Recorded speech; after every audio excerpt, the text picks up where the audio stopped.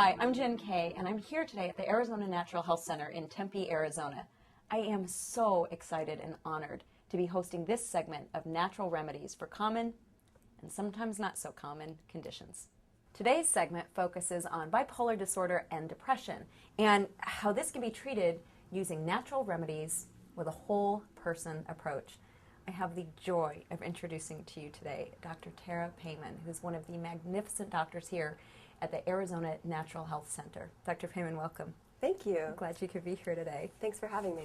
Absolutely. I want to ask you because bipolar, the term, has become such a common phrase. Oh, he's so bipolar. I'm feeling a little bipolar.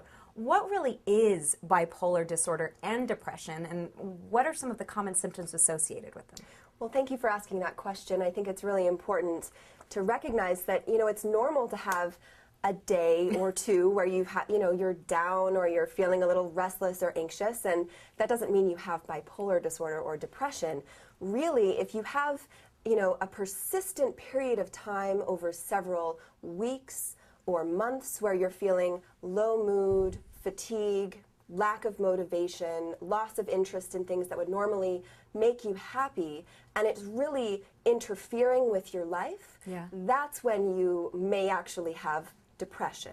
And if those symptoms of depression then alternate with too much energy, feeling way too happy, overconfident, impulsive, restless or irritable or agitated, those symptoms are symptoms of mania.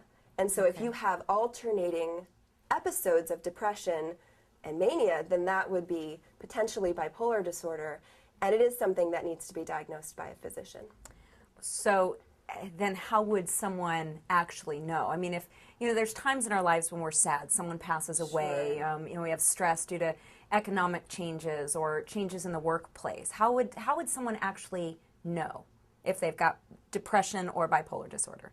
If they have depression or bipolar disorder, or if it's just situational. Correct. Well, the difference would be that people who have bipolar disorder or depression don't necessarily have anything else going on. There's not necessarily a reason. You can't say, well, obviously I'm down because I just lost my job. It's a situational thing. My mother just passed away. That's a horrible, traumatic event. So it's normal to feel stressed and down and, and experience symptoms of depression for a period of time, or symptoms of perhaps mania for a period of time if something really exciting is happening in your life. But if those symptoms then persist beyond the amount of time where you're actually in that situation, then that's when it could actually be bipolar.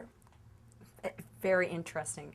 So if let's say you come to these terms and maybe you've even got a diagnosis, and as I understand what you said earlier, some of the best ways to do is then find out from a clinical perspective if that's your actual, here's the symptoms, go find out. How do you actually treat that? I mean, what treatments are there for bipolar disorder and depression?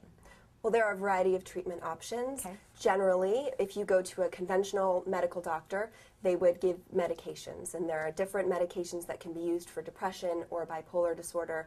First, the most important thing is, as a part of diagnosis actually, is to rule out underlying other medical conditions like hypothyroidism or anemia or other things that could cause those symptoms. So if those are causes, then those would have to be treated as well, either with medication or other supplements. And then if you go to a conventional doctor, they would give antidepressants, they would give mood stabilizing seizure medications often, or they would give antipsychotic medications like lithium or Zyprexa. Some of those medications can be very effective, but they can also have a lot of side effects and a lot of risks associated as well, like increased risk of diabetes or high cholesterol with some of the antipsychotic medications.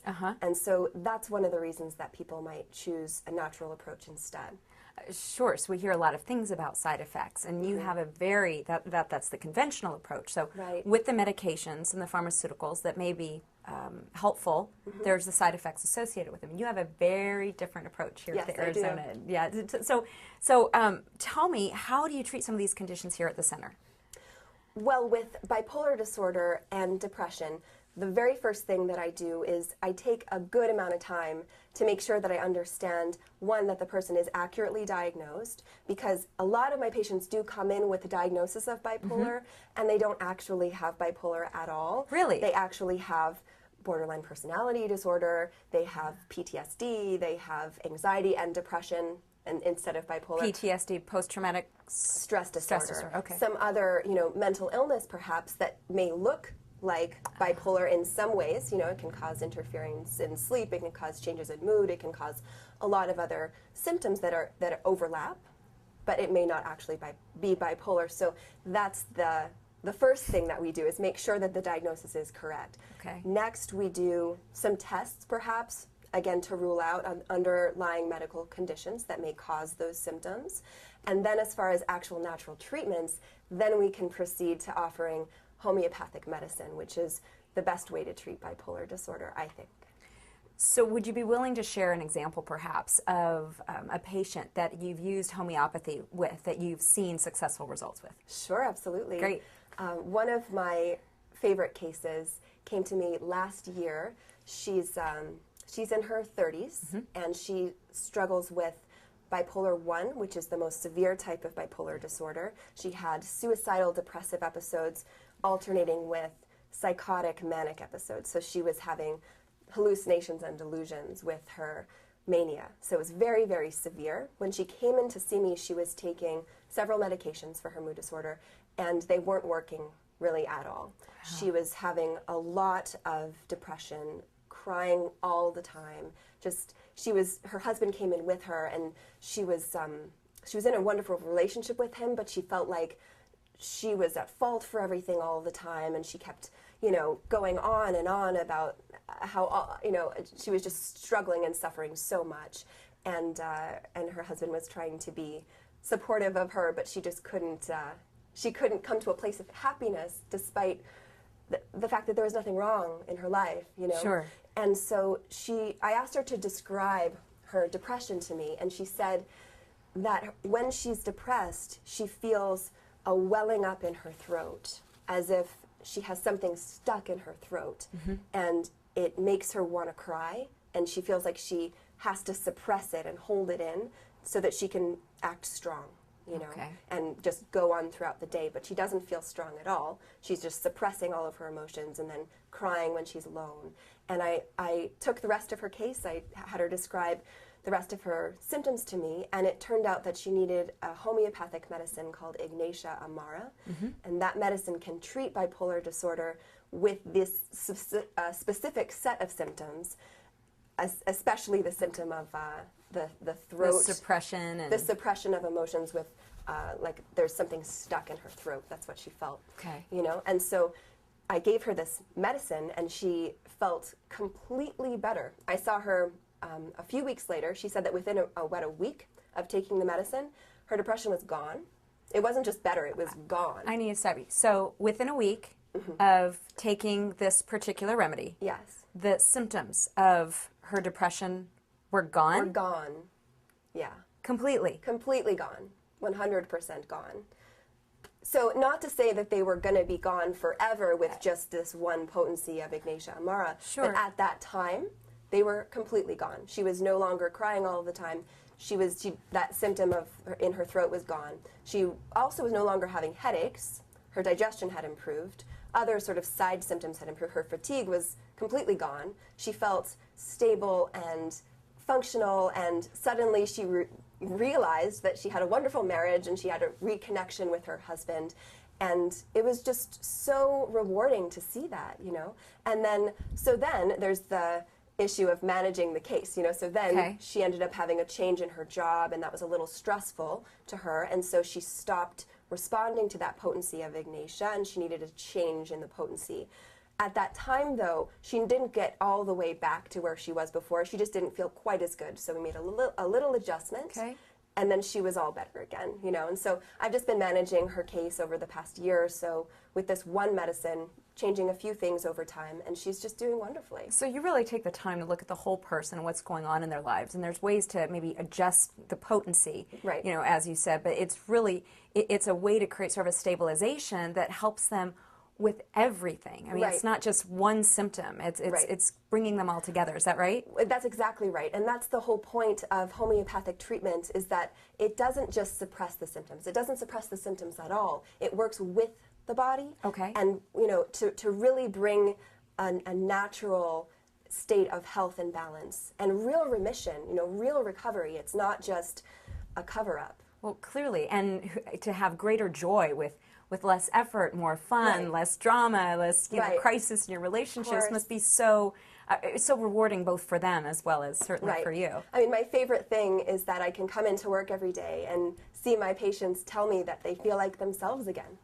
It's just such a wonderful thing to be able to experience. That's such a great story, and I'm sure you have tons more that I you know do. people who are watching this are going, oh my gosh, that would be so helpful for me. Tell me Right. more. And I know we've only got so much time left.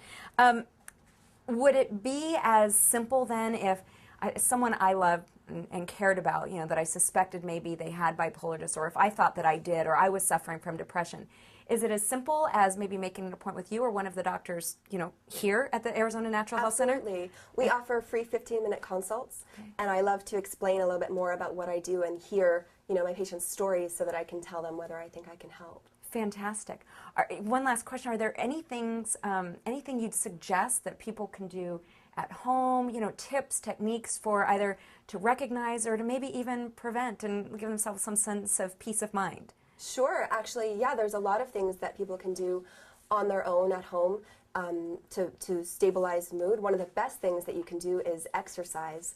It's not only good for you overall, but it's actually really good for mood stability. Even, you know, if you're feeling depressed and feeling fatigued and can't imagine getting Even up if you and don't want to get, exercising, you don't want, you're like, oh no, I'm too tired, I'm Right. too depressed, I can't get up. Get your butt up. it still makes a huge difference. All you need to do is just a few minutes. Just get up and do a couple push-ups, do a couple sit-ups, you know, run for, you know, a minute. That actually can make a difference in stabilizing mood, increasing endorphins. It really can help. Fantastic. Just one thing that can make a big difference. That's a great tip, and thank you so much. I know you're so busy, and so appreciate you taking the time to be here Absolutely. and share with people about bipolar and depression today. Absolutely. Thank you for having me. Thank you. I hope you found our segment today on natural remedies for common and not so common conditions as informative and helpful as I have. I strongly suggest you watch the other videos in our series so that you can see more how natural remedies can be of benefit to you. I'm Jen Kay, and on behalf of myself and the doctors here at the Arizona Natural Health Center, thanks for watching and have a great day.